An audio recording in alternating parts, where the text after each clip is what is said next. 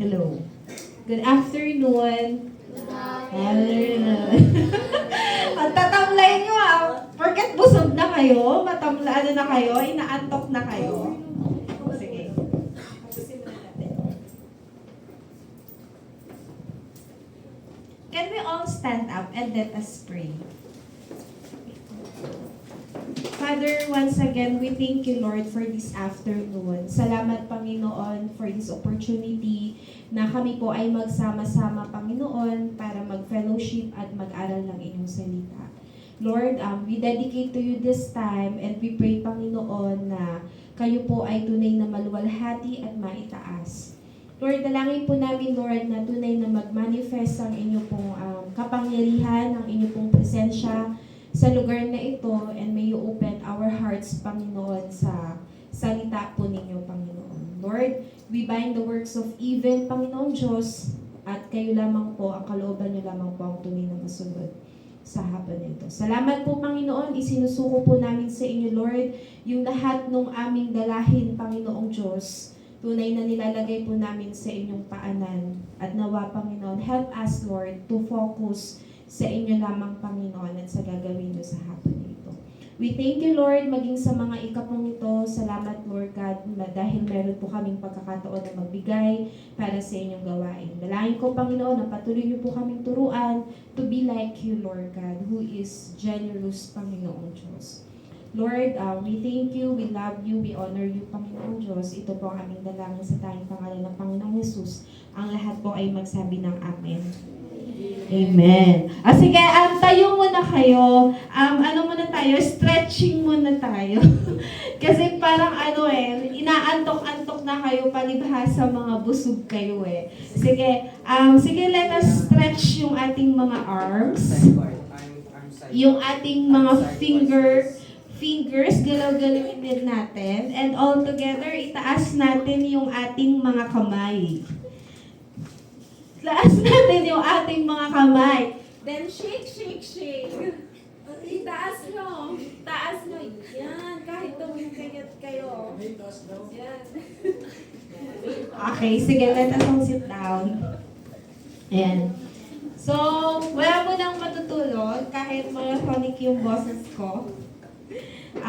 Mag-aral po tayo ng salita ng Panginoon. So, once again, good afternoon mga kabataan.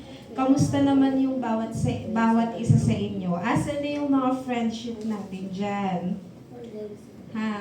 Andyan ba? Present ba yung mga friendship natin, yung mga best friend natin dyan? And so, palagi nating ipanalangin yung bawat isa. Ngayon, ang pag-aalala natin, sige nga, basahin natin ng sabay-sabay. 1, 2, 3, go. Water. Flashback. Ano ba yun? 1, 2, 3.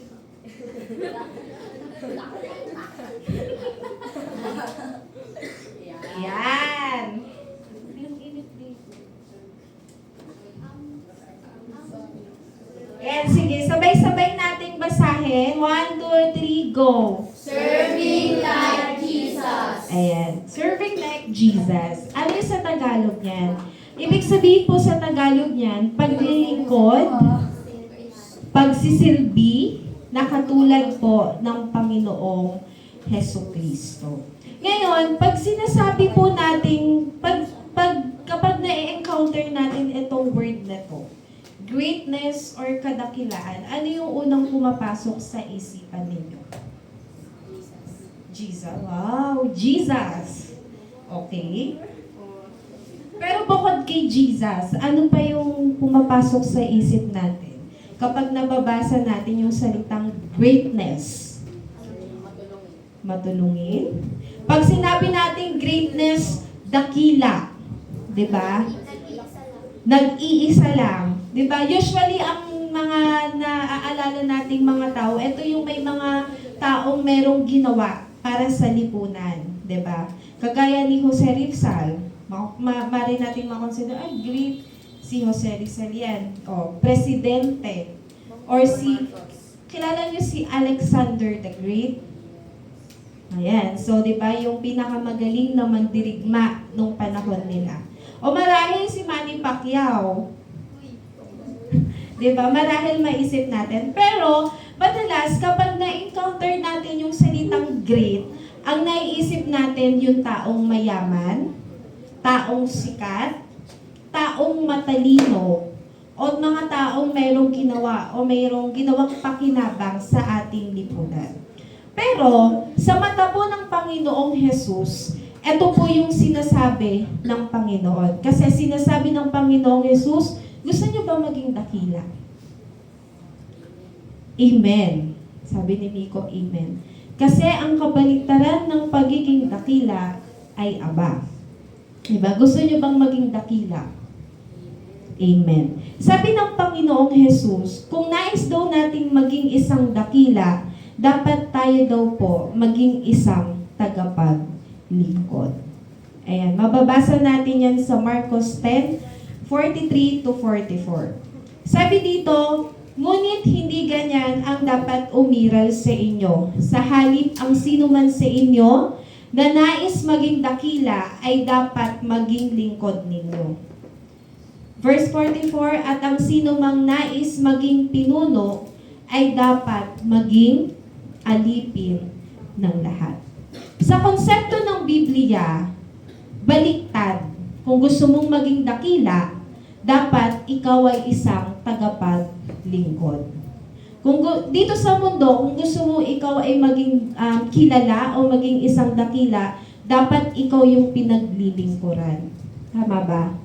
Pero sa Panginoong Yesus, dapat ikaw ay maging isang lingkod. Ngayon, let us define ano yung serving. What is serving? Or ano ang ibig sabihin ng paglilingkod? Sabihin nyo nga, serving. Serving. Ayan. Paglilingkod. Sabi po, serving means helping, doing, or giving yourself for the benefit of others. Pag sinabi po nating paglilingkod, ito po yung tumutulong ka, or gumagawa ka, o binibigay mo yung sarili mo for the benefit of others. Para makinabang yung ibang tao. Ang serving po, hindi po yung ginagawa para sa sarili mo. When we say serving, you are serving other person. Naiintindihan?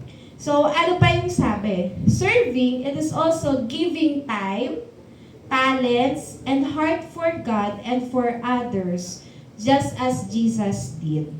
Ang paglilingkod daw po ay pagbibigay ng oras, pagbibigay ng talento at puso para sa Panginoon. Para kanino daw?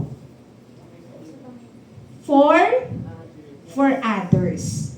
Para sa iba, just as Jesus did. And sabi po, serving means worshiping God by humbly loving and helping others, following the example of Jesus Christ. Ang paglilingkod po ay isang form din po ng pagsamba sa Panginoong Diyos sa pamamagitan ng pagpapakumbaba at pagtulong sa ibang tao. At higit sa lahat, makikita natin that the perfect example, walang ibang gumawa kundi ang Panginoong Hesukristo. Sino nga ulit yung perfect example? Si Jesus Christ. Now, tingnan natin how Jesus served. Paano po naglingkod ang Panginoong Hesukristo? Alam nyo, nung namuhay ang Panginoong Hesukristo dito sa lupa, hindi naman siya isang tanyag. Hindi naman siya naging isang kilala dahil siya ay matalino, mayaman, o maraming material na bagay. Naparito ang Panginoong Jesus upang maglingkod. Ngayon, tingnan natin, paano naglingkod ang Panginoong Hesukristo nung siya po ay nabubuhay dito sa lupa? Number 1, Jesus served with humility. Sabihin nyo nga, humility. Jesus served with humility. Si Jesus ay naglingkod ng mayroong pagpapakumbaba. Alam niyo yung pagpapakumbaba? Naiintindihan niyo yung salitang pagpapakumbaba? Pag sinabi nating pagpapakumbaba, tinitreat mo na yung ibang tao ay mas mataas kesa sa'yo. 'Di ba? Sabi dito, did you know that it takes humility para mapaglingkuran natin ang isang tao? O kailangan nating magpakumbaba para tayo ay mapaglingkuran, para mapaglingkuran natin ang isang tao. Sabi po ng John 13:5, pagkatapos, naglagay siya ng tubig sa palanggana at sinimulang hugasan ang mga paa ng mga alagad at punasan ng tuwalyang nakabigkis sa kanyang bewang. Para maunawaan natin itong verse na to, ito po yung account sa Bible kung saan huhugasan ng Panginoong Hesukristo yung paa ng kanyang mga disipulo. Na-encounter nyo na ba yun sa Bible study? Yung story na yon? Kung saan hinugasan ng Panginoong Jesus yung paa ng mga disciples. Now, sino naghuhugas ng sarili nilang paa? Wala daw. Wala. Now, sino sa inyo yung naghuhugas ng paa ng ibang tao? Kapatid? Pero yung hindi mo siya kapatid. Wala lang, friends lang. Wala. Alam nyo, sa kultura ng mga Hudyo, nung panahon nila, wala naman silang means of transportation that time. Walang tricycle, walang motor, walang bus. It's either merong sigurong kabayo. And during that time, hindi naman fully semento yung yung sahig. Kaya nung mga panahon yon, kapag ikaw ay naglalakbay, sobrang dumi ng paa mo. Tapos, meron silang, sa kultura nila, na kapag ikaw ay bisita, kapag ikaw ay dumalaw, ang gagawin ng mga tao dun sa bahay na yon, huhugasan yung paa mo. At ang mga gumagawa nun ay yung mga tagapaglingkod. Yung gumagawa nun, yung mga tagapaglingkod sa tahanan na yon. Dito sa kwento na ito, pinapakita kung paano nagpakumbaba ang Panginoon sa pamamagitan ng kanyang ginawa. Jesus washed the feet of the disciples like a servant. Sabi ko nga po kanina, ang gawaing paghuhugas ng paa ay gawain po ng isang tagapaglingkod. Even though Jesus Christ is Lord, naniniwala ba tayo doon? Ha? Even though that Jesus Christ is a leader and a teacher, hinugasan niya yung paa ng kanyang mga disipulo. Hindi niya sinabi, oy, ako yung leader nyo, hugasan nyo yung paa ko.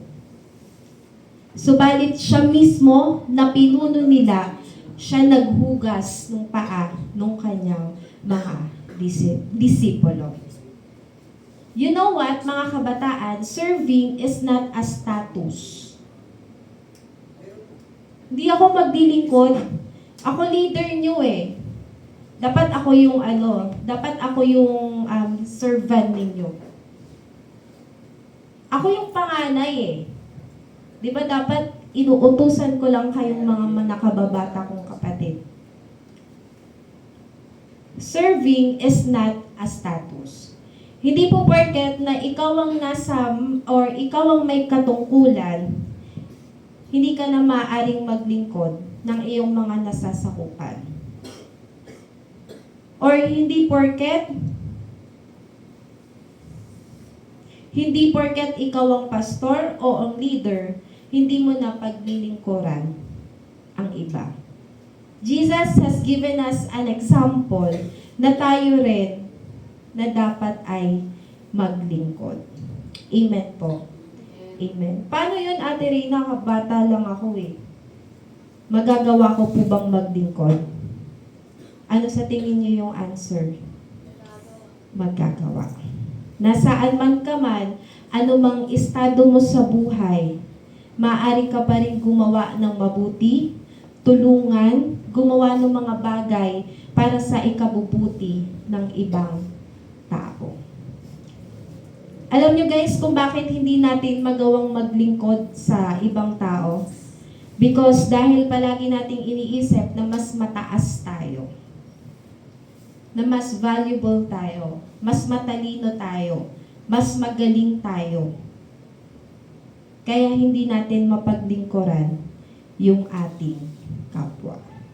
But Jesus Christ set an example na kahit siya ay isang Diyos, siya ay isang Panginoon, hinugasan niya ng paa yung kanyang mga alagad. Amen po. Amen. Ano nga ulit yung number 1 point natin? Jesus served with humility. Okay, Jesus served with humility. Pangalawa po, Jesus served with compassion. Sabihin nyo nga, compassion. Compassion. Parang nasa unahan lang yung mga estudyante. Sabihin nga, all together, compassion. Compassion. Ayan. So, Jesus served with compassion. Ang Panginoong Jesus ay naglingkod na merong habag o pag-ibig. He just not served because nire-required siya or commitment niya yon dahil committed siya sa bagay ngayon.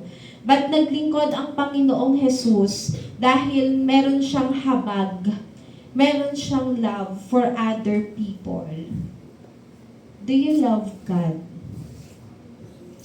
Do you love God? Then serve God. Do you love your parents? Hello? Do you love your parents? Then serve your parents. Do you love your siblings?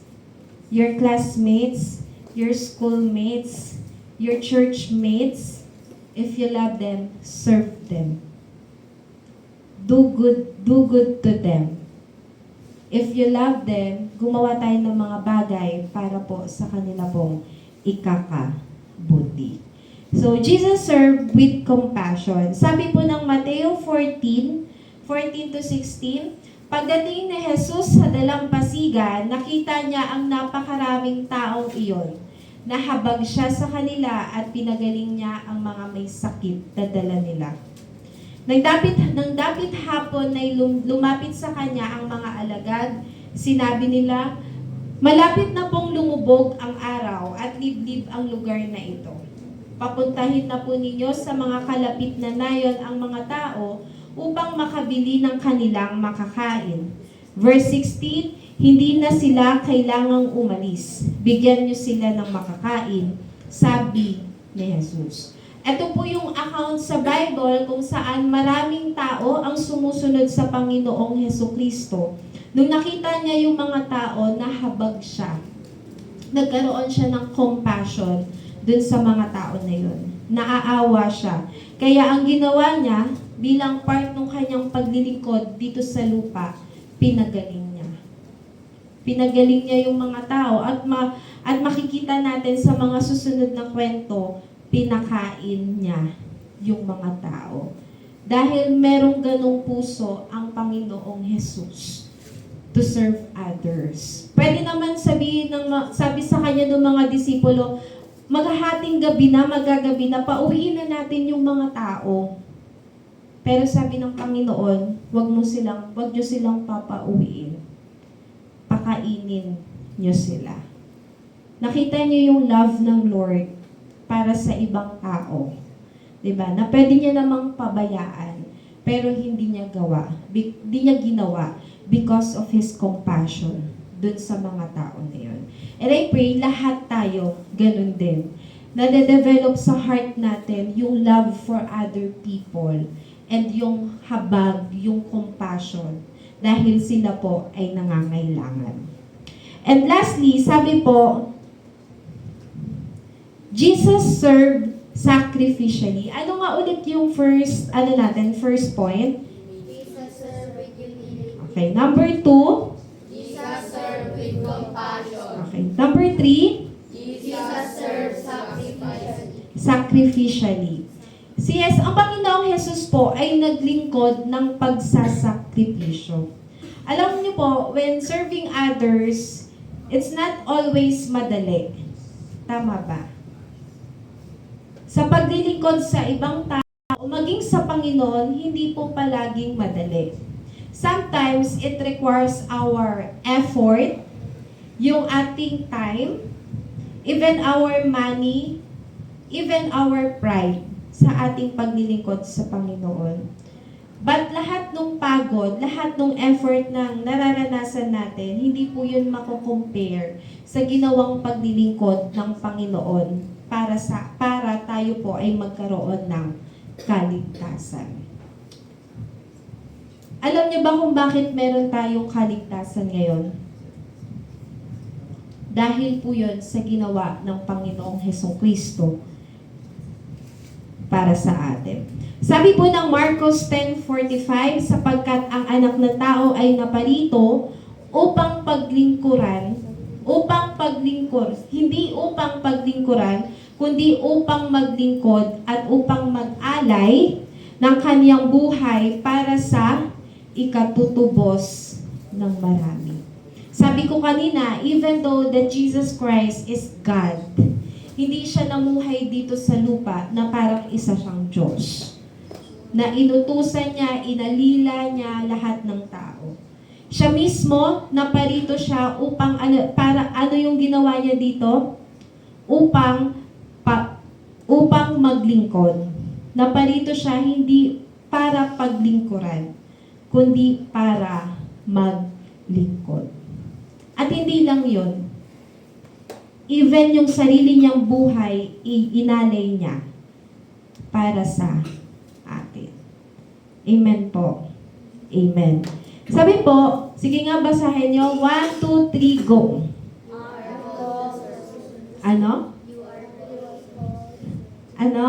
You are called to serve. Ayan. So, you are called to serve.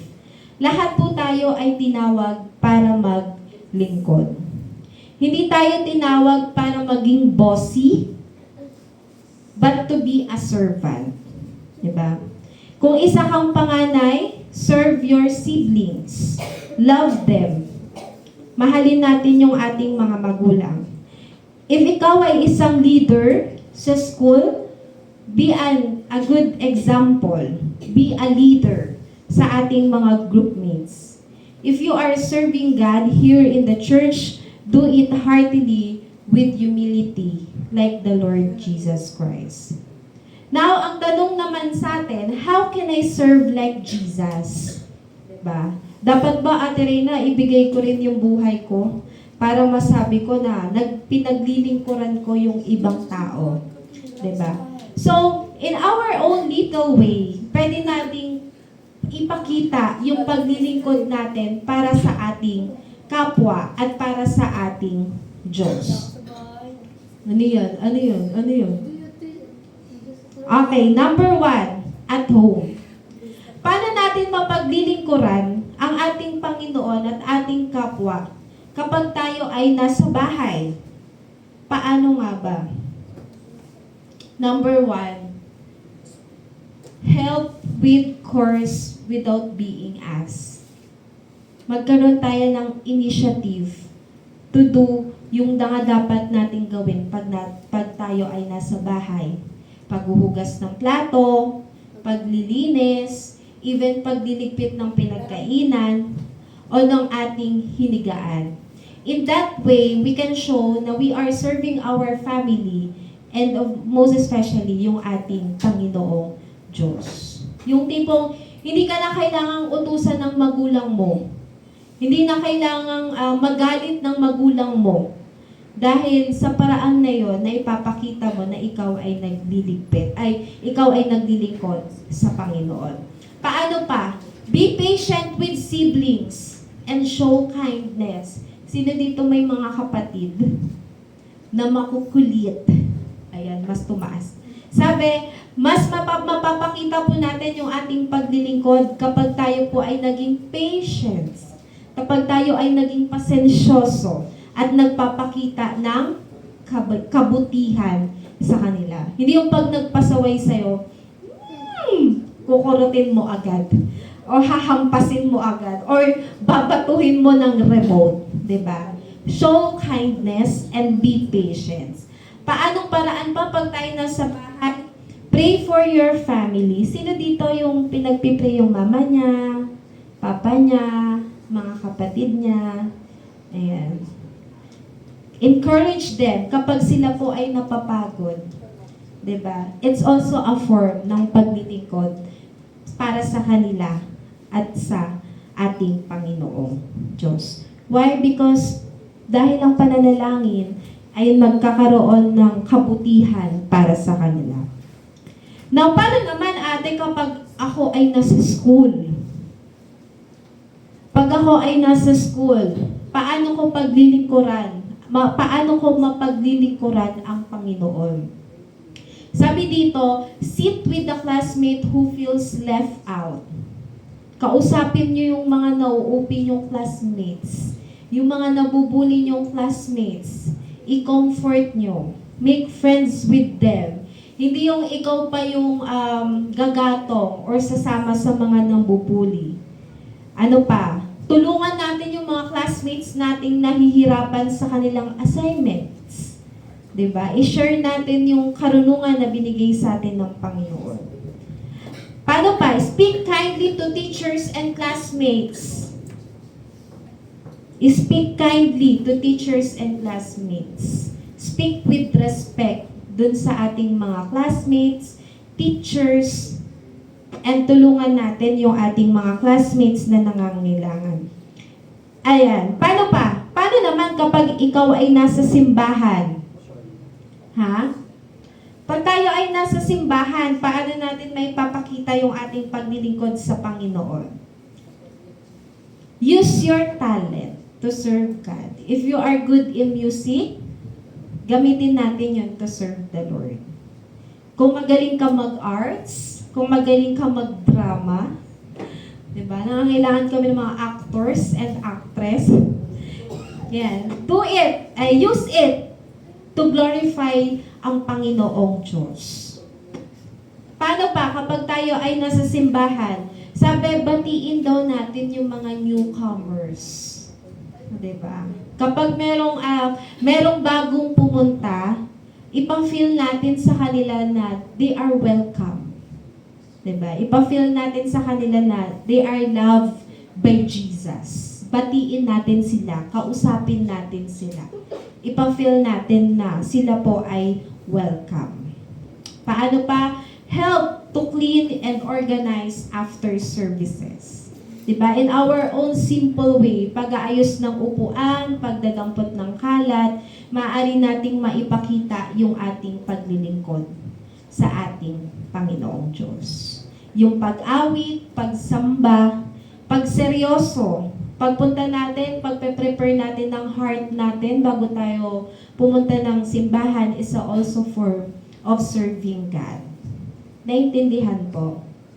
And lastly po, para naman po sa ating community, sabi po dito, share the gospel sa ating pong mga kaibigan, sa ating mga kapitbahay, di ba?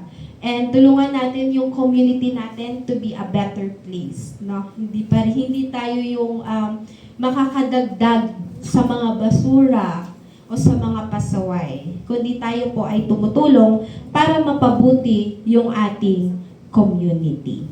And lastly po, pakibasa po, 1, 2, 3, go. Serving like Jesus doesn't always mean doing big things. It often looks like daily acts of love, patience, and generosity. Ayan. Alam niyo po, sa paglilingkod natin ng katulad ng Panginoong Hesus, hindi naman po kailangan na parang gumawa tayo ng sobrang malalaki o great na bagay. Usually po, ang paglilingkod sa Panginoon, it requires daily acts. Sa mga, in our own little way, maaari nating mapaglingkuran ang Panginoon. Diba? Yung pagpapakita ng pag-ibig, pagdamay natin sa kapwa, nagpapakita ng paglilingkod sa Panginoon. Yung pagiging patience natin at yung pagiging generous natin towards other people, especially kapag sila po ay nangangailangan. Nagpapakita yun ng paglilingkod natin sa Panginoon. Amen po. Amen. Ano nga ulit yung topic natin ngayon? Serving like Jesus. Ano yung number 1 point natin? Jesus responsibility. Okay. Okay. Number 2. Jesus served with compassion. Number 3. Jesus served sacrificially. At ano nga ulit ang call sa atin? I want to serve. Ayan, we are called to serve or you are called to serve. Sige, let us pray. Panginoon, maraming salamat o God sa katotohanan po ng inyong salita. Lord, we thank you, Panginoon, for giving us a perfect example, Panginoon, kung paano po kami, Lord, makapaglilingkod dito sa mundo, Lord. Lord, katulad mo, Panginoon, help us, Lord, na magamit yung time, yung effort, yung lahat ng meron kami, Panginoon, to serve other people, Panginoong Diyos. Tulungan niyo po kami, Panginoong Jesus, na tunay na maging katulad mo, Panginoon, na hindi lamang po kami magpo-focus sa sarili namin, Panginoon, but magkaroon kami, Lord, ng compassion and love for other people, especially, Lord, sa aming pong pamilya, sa aming pong kaibigan, sa aming mga schoolmates, at sa aming pong mga kapitbahay, Panginoon. We pray, Lord, na gamitin niyo po kami, ang bawat isa, Panginoon, to shine, Lord, mag-shine yung buhay namin para malaman nila, Panginoon, na kayo po ay buhay sa amin pong mga puso. Maraming salamat, Panginoon. We continue to commit sa inyo yung buhay namin, o Panginoon. Nawa, Lord, patuloy mo po kaming gamitin para po sa inyong kaluwalhatian lamang. Maraming salamat, Panginoon, sa inyo po ang lahat ng papuri. Ito po ang aming dalangin. Sa pangalan ng Panginoong Jesus, ang lahat po ay magsabi ng Amen. Amen. Sige. Para sa atin pong discussion, ito po yung mga tanong na atin pong pag-uusapan. Number 1,